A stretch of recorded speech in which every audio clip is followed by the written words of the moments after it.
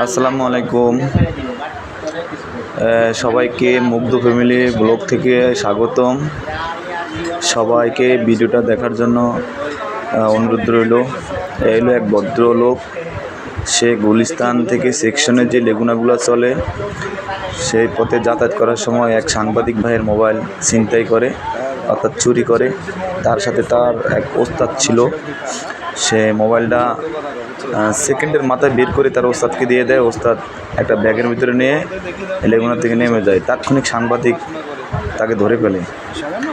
সে বুঝতেই পারে না সে যে সাংবাদিক, এবং সাংবাদিকের কার্ডটা পকেটে ছিল কিন্তু গলায় ঝুলানো ছিল না। পরে সে বুঝতে পারছে। তারে তো পরে রাস্তার যেই লোকজন তাকে পর্যায়ে অনেক মারবেই তাকে। পরে সাংবাদিক ভাইরা তাৎক্ষণিক আমাদের পুলিশ গিয়ে তাকে উদ্ধার করে পুলিশ বক্সে নিয়ে আসে। পুলিশ বক্সে নিয়ে আসার পর তাকে জিজ্ঞাসাবাদ করা হয় যে কয়টা মোবাইল চুরি করছে, কেন চুরি করছে, কীভাবে করেন। এই যে মোবাইলটা, এটা না এই যে মোবাইলটা মুক্তির লড়াই, এটা হলো মুক্তিকর্মী একটা মোবাইল, এটা হলো সাংবাদিক ভাই। এই মোবাইলটা সে ছিনতাই করে, তারপরে সে হাতে নাতে ধরা যায়। এখন তো তার কি বলে, আমাদের বাঙালি একটা কথা, বিসি আটকিয়ে গেছে। এখন তো সে এই জন্য তার ওয়াইফ, তার মেয়ে, এই বউ বাচ্চা কাচ্চা রেখে মোবাইল দেখা করে। এখন যদি তার ফ্যামিলি জানে কী অবস্থা হবে। তার লক, তার লক, এটা হলো তার নিজের মোবাইল, এটা হলো ছিনতাইকারীর নিজের মোবাইল। পরে আমরা ওখানে জিজ্ঞাসা করে থাকেন, তার চেহারাটা দেখলে কি মায়া লাগে না? আমি জিজ্ঞাসা করলাম, মামা তুমি কেন এই কাজটা করলাম? স্যার আমার এক ওস্তাদের কথায় আমি এই কাজটা করছি। এখন ওস্তাদ ধরা খাইছে না, তুমি ধরা খাইছে, এখন তার কোনো জবাব নাই। যা হোক, এগুলা থেকে সবাই বিরত থাকবো, নিজের মান সম্মান ধরে রাখার চেষ্টা করবো। শয়তানের ছোঁয়াচা পরে এগুলো কখনো করবো না। প্রিয় ভিউয়ার্স, আপনারা আমার এই ব্লগ দেখবেন, ভিডিও দেখবেন। আমি আরও ভালো ভালো ভিডিও দেওয়ার জন্য চেষ্টা করব। আপনারা সাপোর্ট করবেন, আপনাদের সাপোর্ট ইনশাল্লাহ আমি এগিয়ে যাব। এই যেন সাংবাদিক ভাইয়ের পাওয়া ধরে, এক সাংবাদিক ভাই পাওয়া ধরে কোনা ওর ওর ধরো, ওর মোবাইল পরে ওরেও ধরে। দেখেন, আসলে মানুষ যখন বিপদে পড়ে তখন কতটা অসহায় হয়ে যায়, পাও তালাক ধরা লাগতেছে।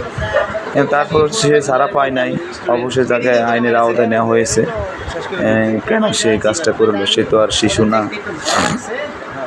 যা হোক, সাংবাদিক 27-60 করা সাংবাদিক, দোনোটা সাংবাদিকের অমায়িক ছিল, ভালো ছিল ব্যবহার। সে বলছে যে তোমার কিছু হবে না, তোমাকে ছেড়ে দিবে, তোমার নাম ঠিকানা নিয়ে তোমাকে ছেড়ে দিবে। যাক, এক পরে তাকে সান্ত্বনা দিয়ে সে মোবাইলটা আনার ব্যবস্থা হয়েছে।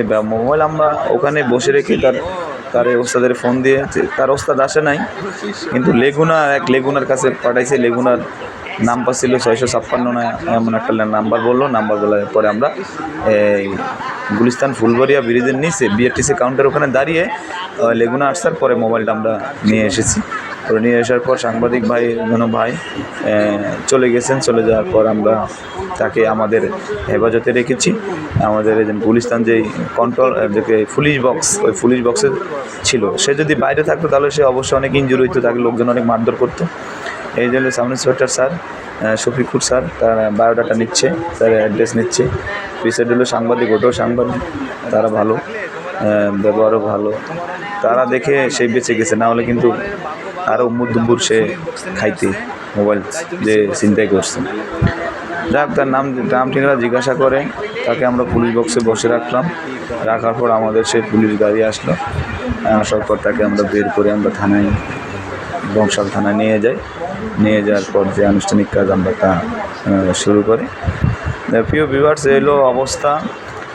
সবাই ভালো থাকবেন। সময়টা ছিল মাগরিবের সময়, একটু সন্ধ্যা হয়ে গেছে, আমাদের এক কলিগ নামাজ পড়তেছে।